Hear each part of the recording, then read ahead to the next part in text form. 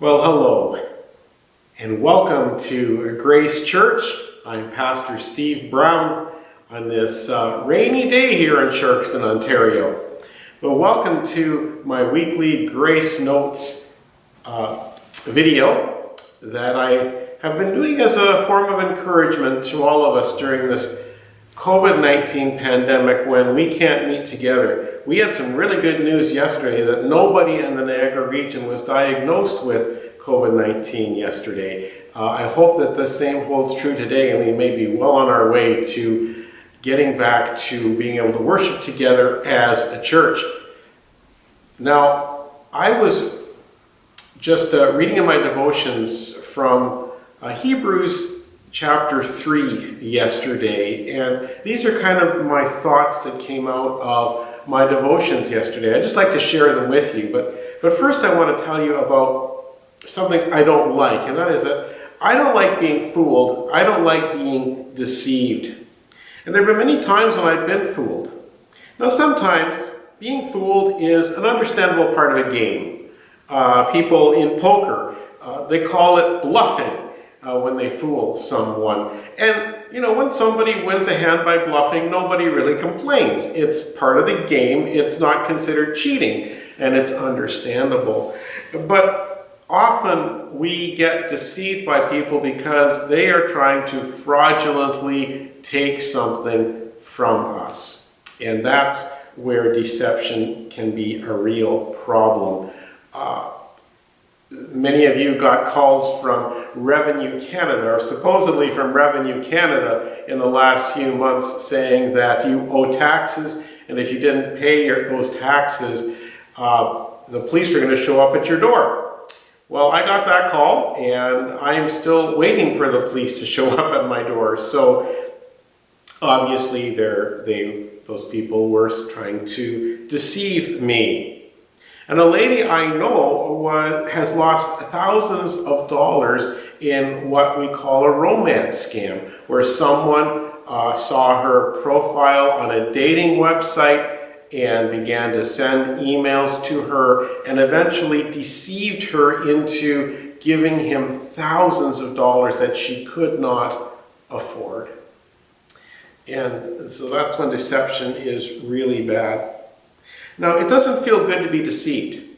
It makes us feel angry to think that people could do such evil to us. And we also have to admit that sometimes we're just simply embarrassed when they do fool us, because we think, how stupid could we be to fall for something like that? And that's why many victims of fraud never report what happened to them, because they feel so foolish and don't want people to know about it.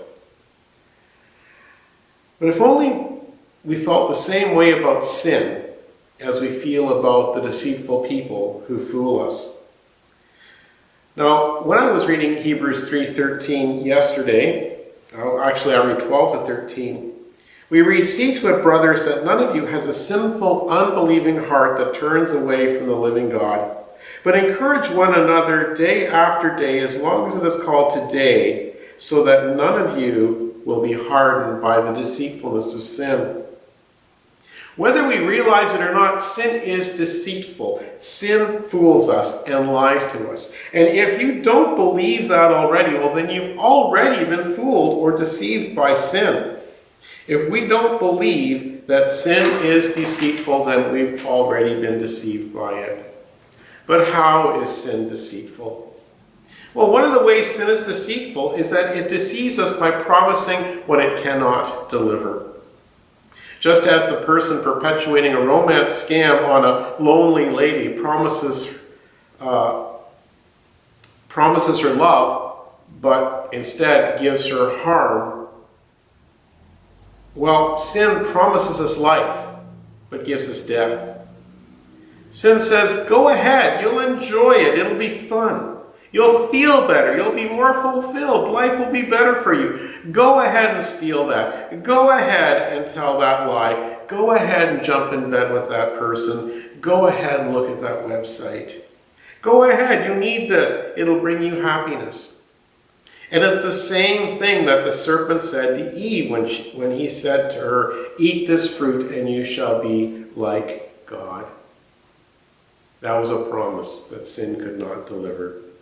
And sin deceives us by promising what it cannot deliver. Don't be fooled.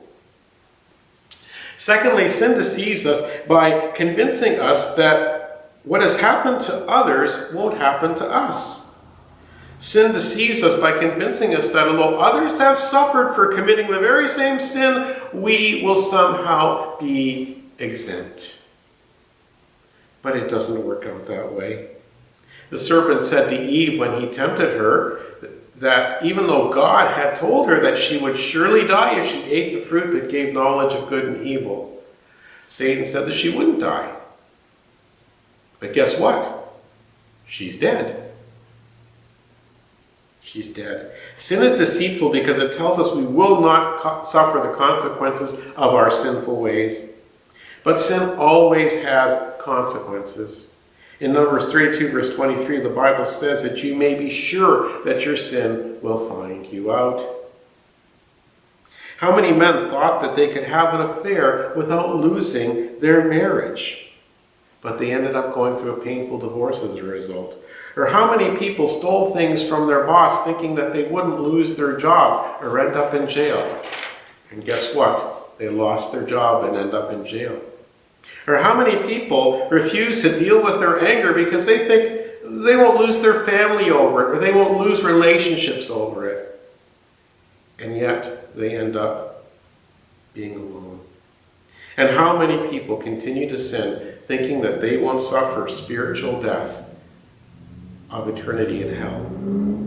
Sin deceives us by convincing us that what has happened to others won't happen to us.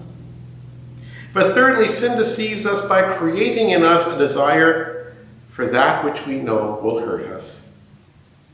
A little voice says, "Go ahead." And we stupidly go ahead, even though we know we're going to suffer for it. When Eve looked at the fruit that gave knowledge of good and evil, she saw that it was pretty to look at, nice to touch, good to taste.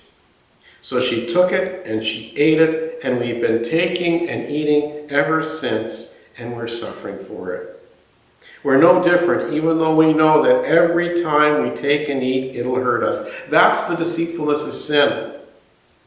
Someone once said this: sin will take you further than you ever wanted to stray, cost you more than you ever dreamed you would pay, and keep you longer than you ever thought you would stay.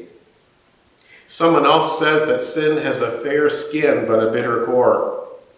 And Matthew Henry wrote that sin is deceitful because it appears fair but is filthy, it appears pleasant but is pernicious, it promises much but performs nothing.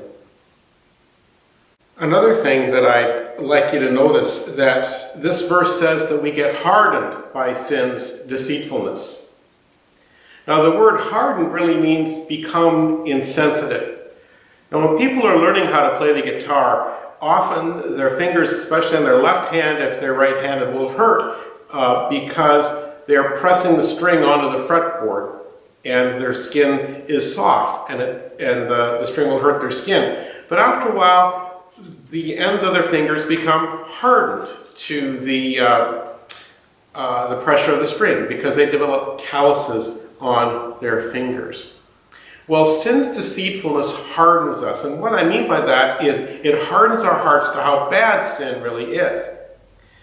Now, this happens when we give into sin and we don't suffer the consequences right away.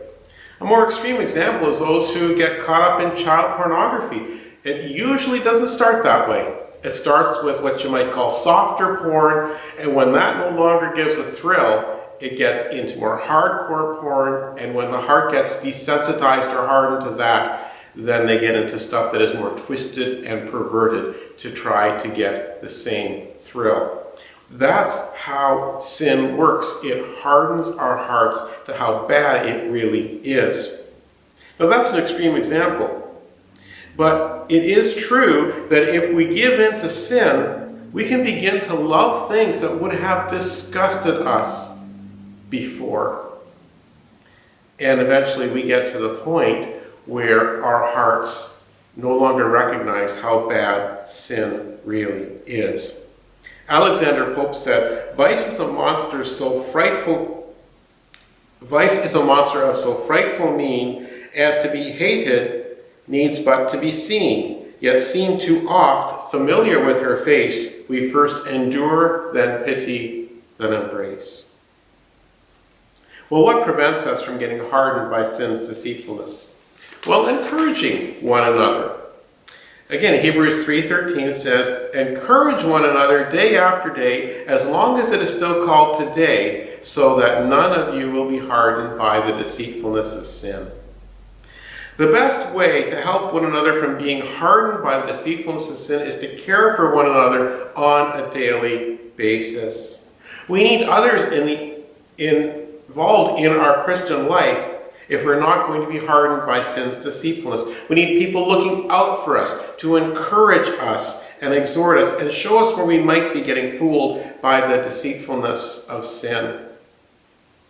Now, there was a man who was being fooled by those scammers in India he thought were from Revenue Canada. And they told him to go out and buy iTunes cards and give them the numbers on the iTunes cards. But when he went to get the iTunes cards, he was buying such a large amount that the clerk at the convenience store asked him what was going on and why he was buying so many iTunes cards. And when he told the story to the clerk said, "Oh no, don't buy those cards. This is what's really happening. You are being deceived." See, that the convenience store clerk was looking out for that man so that he wouldn't be fooled by those deceitful people.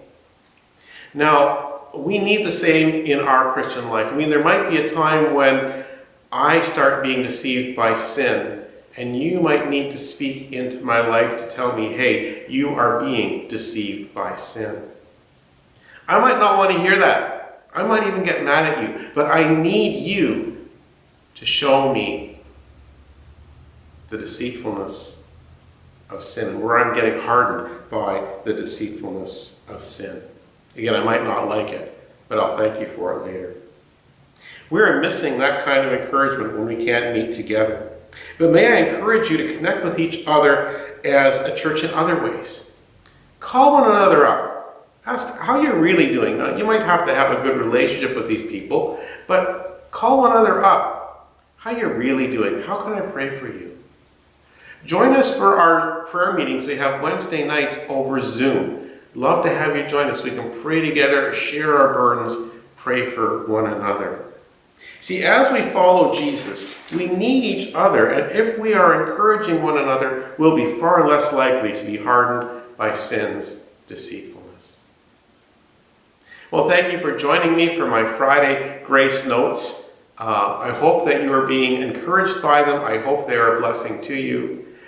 I hope that you can join us Sunday morning for our live stream service. I'm hoping that we'll be able to get to the point where we can meet together so we won't just be over live stream, but we know that time is coming, and we look forward to it. But until then, have a blessed weekend. See you next time.